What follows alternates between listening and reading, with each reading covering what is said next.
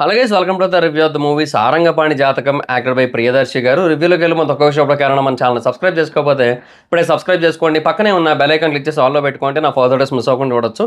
చాలా మంది చూస్తున్నారు కానీ సబ్స్క్రైబ్ చేసుకోవట్లా. So please try to subscribe click the bell icon also. Hi friends, మీరు ఎప్పుడైనా సరే 5,000 రూపాయల ప్రొడక్ట్ 250 రూపాయలకి రావడానికి గమనించారా? లేదు కదా. కానీ అమెజాన్, ఫ్లిప్కార్ట్ లాంటి కంపెనీస్ ఏం చేస్తూ ఉంటాయంటే కొన్ని గోల్డెన్ హవర్స్ టైంలో మెగా డీల్స్ ఇస్తూ ఉంటాయి. ఆ డీల్స్ టైంలో ఒక్కొక్క ప్రొడక్ట్ మీద 90% నుంచి 95% వరకు డిస్కౌంట్ అయితే ఉంటుంది. అయితే ఈ డీల్స్ కోసం మీరు కాన్స్టెంట్గా ఆ యాప్స్ చెక్ చేస్తూ ఉండలేరు కదా. కానీ మీకోసం నేను వాటన్నిటిని కూడా కాన్స్టెంట్గా చెక్ చేస్తూ ఉంటాను. అండ్ దాంట్లో ఎప్పుడు ఏ డీల్ పెట్టినా కూడా ఇమీడియట్గా మీకు ఆ ప్రొడక్ట్ని అయితే షేర్ చేస్తాను. మీరు ఇమీడియట్గా ప్రొడక్ట్ని పర్చేస్ చేయొచ్చు దాని నుంచే. అండ్ అంతేకాదు కొన్ని ఎక్స్ట్రాడినరీ ప్రొడక్ట్స్ ఉంటాయి, వాటిని మీరు బయట ఎక్కడ కూడా చూడరు. వాటి గురించి కూడా నేను మీకు షేర్ చేస్తాను. మీరు సింపుల్గా చేయాల్సింది ఒకటే, కింద డిస్క్రిప్షన్లో మన టెలిగ్రామ్ ఛానల్ లింక్, మన వాట్సాప్ ఛానల్ లింక్, మన ఇన్స్టా బ్రాడ్కాస్ట్ ఛానల్ లింక్ ఉంటాయి. వీటిలో మీరు ఏ యాప్ ఎక్కువగా వాడతారో ఆ యాప్కి సంబంధించిన లింక్ మీద క్లిక్ చేసి ఆ యాప్లో ఉన్న మన ఛానల్ని ఫాలో అవ్వండి. దాంట్లో రెగ్యులర్గా చాలా ప్రొడక్ట్స్ అయితే మీకు అప్డేట్ అవుతూ ఉంటాయి. అండ్ ఆ ప్రొడక్ట్స్లో మీకు ఏది నచ్చినట్టయితే దాన్ని మీరు కొనుగోలు చేయొచ్చు వెంటనే. సో డిస్క్రిప్షన్లో లింక్స్ ఉన్నాయి, వెంటనే ఫాలో అవ్వండి. అండ్ ఇంకా సారంగపాణి జాతకం మూవీ గురించి చెప్పాలంటే it's a decent but a bit boring film. అంటే సినిమా డీసెంట్గా అనిపించడానికి రీజన్ ఏంటంటే ఫన్. సినిమాలో వెన్నెల కిషోర్ గారిది అండ్ వైవా హర్ష గారిది కామెడీ ట్రాక్ ఏదైతే ఉంటుందో అది బాగానే వర్కౌట్ అవుతుంది కొన్ని సిచ్యువేషన్స్లో. వెన్నెల కిషోర్ గారు అయితే స్టార్టింగ్ నుంచి ఎండింగ్ వరకు ఉంటారు, వైవా హర్ష గారు సెకండ్ హాఫ్లో వస్తారు. బట్ ఆ రెండు క్యారెక్టర్స్ కూడా ఉన్నంత వరకు అక్కడక్కడ బాగానే నవ్విస్తారు మనల్ని, సో ఎంటర్టైన్ చేస్తారు. సో ఆ ఫన్ ఫ్యాక్టర్ పరంగా మూవీ మనల్ని కొంతవరకు ఎంగేజ్ చేస్తుంటుంది. బట్ ఏదైతే మెయిన్ ప్లాట్ ఉందో అంటే ఒక ట్రాజడీ, ఆ ట్రాజడీ చుట్టూ జరిగే కాన్సిక్వెన్సెస్, ఒక బిలీఫ్ అనుకోవచ్చు, ట్రాజడీ అని కూడా కాదు. సో దాని చుట్టూ జరిగే కాన్సిక్వెన్సెస్ ఏవైతే ఉంటాయో వాటి చుట్టూ తిరుగుతూ ఉంటుంది కదా. ఆ ప్లాట్ మరీ అంత ఇంట్రెస్టింగ్ ప్లాట్ ఏమీ కాదు, జస్ట్ బేసిక్ ప్లాట్ అది. సో చాలా సింపుల్గానే అనిపిస్తుంది. అండ్ తర్వాత ఏం జరుగుతుంది అనేది కూడా అర్థమైపోతుంది మనకి మ్యాక్సిమం. అండ్ క్లైమాక్స్లో ఒక ట్విస్ట్ వస్తుంది. అదైతే ఇంటర్వెల్ తర్వాత సెకండ్ హాఫ్ స్టార్ట్ అవుద్ది కదా, అది స్టార్ట్ అయిన వెంటనే అర్థమైపోయింది. సో ఓకే, ఇదే మెయిన్ రీజన్ అయ్యి ఉంటుంది, తెలిసిపోతుందిలే అని చెప్పి. సో అలాగ ప్రిడిక్టబుల్గానే ఉంటుంది స్టోరీ. బట్ ఇది కూడా కాదు మెయిన్ పాయింట్. సినిమా ఎలా వెళ్తుందంటే 3 ప్లాట్స్ లాగా వెళ్తుంది. అంటే ప్లాట్ 1 ముసలావిడ, ప్లాట్ 2 ఓనరు, ప్లాట్ 3 హోటల్. ఆ హోటల్ అని చెప్పి ఒకటి ఉంటుంది. సో ఇలాగా ఈ 3 ప్లాట్స్ చుట్టూ తిరుగుతున్నట్టు అనిపిస్తుంది మనకి. సో మూడింటిని మనం సెపరేట్గా కూడా చూడొచ్చు. ఈ ప్లాట్ 1 ముసలావిడ ప్లాట్ ఎండ్ అయ్యేది ఒక సిచ్యువేషన్తో ఎండ్ అవుతుంది, అది బాగా అనిపిస్తుంది.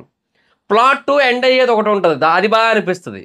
ప్లాట్ 3 ఎండ్ అయ్యే విధానం చాలా బాగా అనిపిస్తుంది. అఫ్కోర్స్ అది స్వామిరారా చూసిన ఫీలింగ్ అయితే వస్తుంది, స్వామిరారా క్లైమాక్స్ చూసిన ఫీలింగ్ వస్తుంది. బట్ స్టిల్ ఇది కూడా బాగా అనిపిస్తుంది. సో ఇలాగే ఈ 3 ప్లాట్స్ ఏవైతే ఉన్నాయో వాటి యొక్క ఎండింగ్స్ బాగుంటాయి. వాటి మధ్యలో ఏదైతే డ్రామా జరుగుతుందో అది చాలా ఫ్లాట్గా కొంచెం బోరింగ్గా వెళ్తుంటుంది అనమాట. సో అది వచ్చిన ప్రాబ్లం అంతా కూడా. సో దానివల్ల మనకేంటంటే అప్స్ అండ్ డౌన్స్ అంతే మూవీ. కొన్ని చోట్ల అప్ ఉంటుంది, మళ్ళీ డౌన్ ఉంటుంది. కొన్ని చోట్ల అప్ ఉంటుంది, కొన్ని చోట్ల లైట్ అప్ ఉంటుంది ఆ ఫన్ వల్ల, మళ్ళీ డౌన్ ఉంటుంది, అలా అనమాట. సో దానివల్ల ఏంటంటే ఓవరాల్గా ఇట్స్ ఎ డీసెంట్ ఫిల్మ్ అనిపిస్తుంది. బట్ కొంతవరకు బోర్ అయితే కొట్టేస్తుంది. అండ్ మరీ ఓ ఎక్స్ట్రాడినరీ కాన్సెప్ట్ అయితే కాదు. బట్ ఎలాంటి వల్గారిటీ ఇలాంటివి అయితే లేవు. సో ఒకవేళ ఎవరైనా వెళ్ళాలనుకుంటే ఫ్యామిలీతో వెళ్ళొచ్చు. బట్ అదే చెప్తున్నాను కదా, not too much engaging film. So కొన్ని సినిమాలు ఉంటాయి మనకి, వాటిలో ఎంత డ్రామా ఉన్నా కూడా అవి మనల్ని చాలా వరకు ఎంగేజ్ చేస్తుంటాయి. బట్ ఇదేంటంటే అది ఎంగేజ్ చేయడంలో మిస్ అవుతుంది అనమాట. సో అది ఇక్కడ వచ్చిన మెయిన్ ప్రాబ్లం అంతా కూడా. సో దానివల్ల ఓవరాల్గా మూవీ అయితే డీసెంట్గా అనిపించినా కూడా కొంతవరకు బోర్ కొట్టించే కైండ్ ఆఫ్ సినిమా అని చెప్పొచ్చు. సో అది మరి పాయింట్.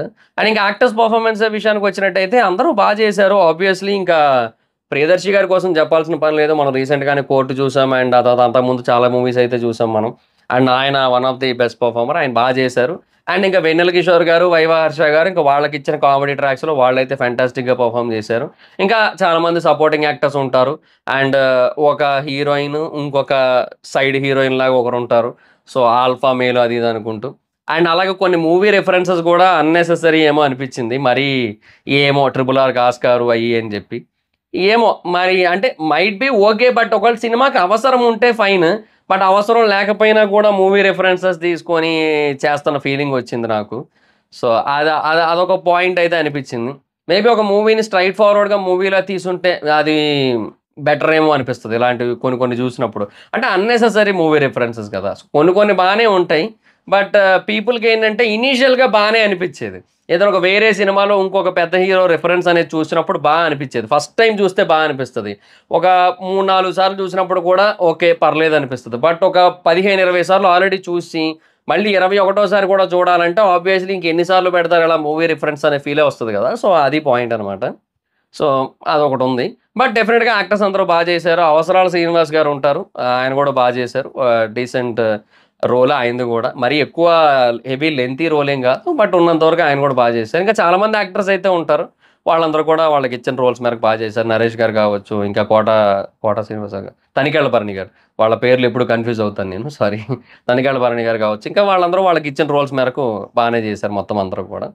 సో, ఇంకా డైరెక్షన్ విషయానికొచ్చినట్టయితే డైరెక్షన్ తీసుకున్న ప్లాట్ చాలా సింపుల్ ప్లాట్. అది కాంప్లికేటెడ్ ప్లాట్ కాదు. సో, దాన్ని స్క్రీన్ ప్లే అండ్ నరేటివ్‌తో కాంప్లికేట్ చేసి ఇంట్రెస్టింగ్‌గా మార్చడానికి ట్రై చేశారు. ఆఫ్‌కోర్స్ నేను అదే అంటున్నా కదా! ఆ 3 ప్లాట్స్‌గా దీన్ని డివైడ్ చేస్తే ఆ ఎండింగ్ పాయింట్స్ అనేవి ఇంట్రెస్టింగ్‌గా ఉంటాయి. ఆ ఎండింగ్ థింగ్స్ అనేవి చాలా అనిపిస్తాయి గానీ, బట్ ఒక స్టేజ్‌కెళ్ళేసరికి అదంతా కూడా అలాగా ఎంతసేపు ఇలాగ సాగుతది. ఒక చిన్న దారాన్ని పట్టుకొని లాగుతున్నట్టు ఉంటది. ఇప్పుడు మీకెలా చెప్పాలి? ఇప్పుడు సోంపాపిడి ఎలా తయారు చేస్తారు? ఇప్పుడు బేసిక్‌గా ఒక దానికి అదేదో పాకం లాంటిది ఒకటేస్తారు. అదేసి ఇలా లాగుతారు. మళ్ళీ ఏస్తారు, మళ్ళీ లాగుతారు, మళ్ళీ ఏస్తారు, మళ్ళీ లాగుతారు. సో, అలాగే ఉంటదనమాట. సో, అయ్యేసినప్పుడు బానే ఉంటది. మళ్ళీ లాగినప్పుడు అనిపించదు కదా! అది పాయింట్. సో, అక్కడ కొంచెం ఎక్కడో మిస్‌ఫైర్ అయ్యింది ఓవరాల్‌గా. అది ప్రాబ్లమ్. సో, కొంతవరకు బోరింగ్‌గానే ఉంటది మూవీ దానివల్ల. సో, ఆ స్క్రీన్ ప్లేలోనే ఎఫెక్ట్ అయింది మాక్సిమం. సో, ఓవరాల్‌గా అండ్ సాంగ్స్ అండ్ బీజీఎం విషయానికొచ్చినట్టయితే సాంగ్స్ అండ్ బీజీఎం ఓకే. అంత హెవీగా ఏం లేవు. ఇంటర్వెల్ బీజీఎం అయితే అనిపిస్తది. అంటే ఇంటర్వెల్ అంటే దానికి ముందు ఒక సీనొస్తది. సో, ఆ బీజీఎం అనిపిస్తదనమాట. సో, అక్కడ నరేష్ గారి ఎక్స్‌ప్రెషన్స్ మొత్తం అన్నీ కూడా అనిపిస్తాయి. అది కూడా ఫన్నీగా ఉంటది. సో, అది అనిపిస్తది. So, BGM is okay. So, అది మరి సిట్యుయేషన్. అండ్ ఇంకా ఓవరాల్‌గా మూవీ అయితే మాత్రం చెప్తున్నా కదా! It's just a decent film. But a bit boring film also. So, సోది లేకుండా ఒక ముక్కలో ఈ 'సారంగపాణి జాతకం' సినిమా గురించి చెప్పాలి అంటే, 'సారంగపాణి జాతకం' బాగుందా అంటే, అంత గొప్పగా లేదనే చెప్పాలి. సో, అది గైస్. సో, ఈ మూవీకి జనరల్ మూవీ రేటింగ్స్ ప్రకారంగా నేను ఇచ్చే రేటింగ్ అయితే I will give 3.0 out of 5. So, that's it guys. This is the video. Video కనుక మీకు నచ్చినట్టయితే లైక్ చేయండి. వీడియోని షేర్ చేయండి. మీ సోషల్ మీడియా ప్లాట్‌ఫామ్స్‌లో like Facebook, Twitter, WhatsApp, Insta వీటన్నిటిలోని. అండ్ ఇప్పటివరకు ఎవరైనా మన ఛానెల్‌ని సబ్స్క్రైబ్ చేసుకోకపోతే మాత్రం ఇప్పుడే సబ్స్క్రైబ్ చేసుకొని పక్కనే ఉన్న బెల్ ఐకాన్‌ని క్లిక్ చేసి ఆల్‌లో పెట్టుకోండి. నా ఫర్దర్ వీడియోస్ మిస్ అవ్వకుండా చూడొచ్చు. చాలా మంది చూస్తున్నారు కానీ సబ్స్క్రైబ్ చేసుకోవట్లా. So, please try to subscribe and click the bell icon also. నా ఇన్‌స్టాగ్రామ్ ఐడీ ఎవరైనా మైత్రం ఎక్కడొచ్చి ఫాలో అవ్వచ్చు. Thank you so much guys. Bye bye. Meet next video. Bye bye. Hi friends, మీరు ఎప్పుడైనా సరే రూ. 5,000 ప్రొడక్ట్ రూ. 250కి రావడాన్ని గమనించారా? లేదు కదా! కానీ అమెజాన్, ఫ్లిప్‌కార్ట్ లాంటి కంపెనీస్ ఏం చేస్తూ ఉంటాయంటే కొన్ని గోల్డెన్ హవర్స్ టైమ్‌లో మెగా డీల్స్ ఇస్తూ ఉంటాయి. ఆ డీల్స్ టైమ్‌లో ఒక్కొక్క ప్రొడక్ట్ మీద 90% నుంచి 95% వరకు డిస్కౌంట్ అయితే ఉంటుంది. అయితే ఈ డీల్స్ కోసం మీరు కాన్స్టెంట్‌గా ఆ యాప్స్ చెక్ చేస్తూ ఉండలేరు కదా! కానీ మీకోసం నేను వాటన్నిటిని కూడా కాన్స్టెంట్‌గా చెక్ చేస్తూ ఉంటాను. అండ్ దాంట్లో ఎప్పుడు ఏ డీల్ పెట్టినా కూడా ఇమ్మీడియేట్‌గా మీకు ఆ ప్రొడక్ట్‌ని అయితే షేర్ చేస్తాను. మీరు ఇమ్మీడియేట్‌గా ఆ ప్రొడక్ట్‌ని పర్చేజ్ చేయొచ్చు దాని నుంచే. అండ్ అంతేకాదు కొన్ని ఎక్స్ట్రార్డినరీ ప్రొడక్ట్స్ ఉంటాయి. వాటిని మీరు బయట ఎక్కడ కూడా చూడరు.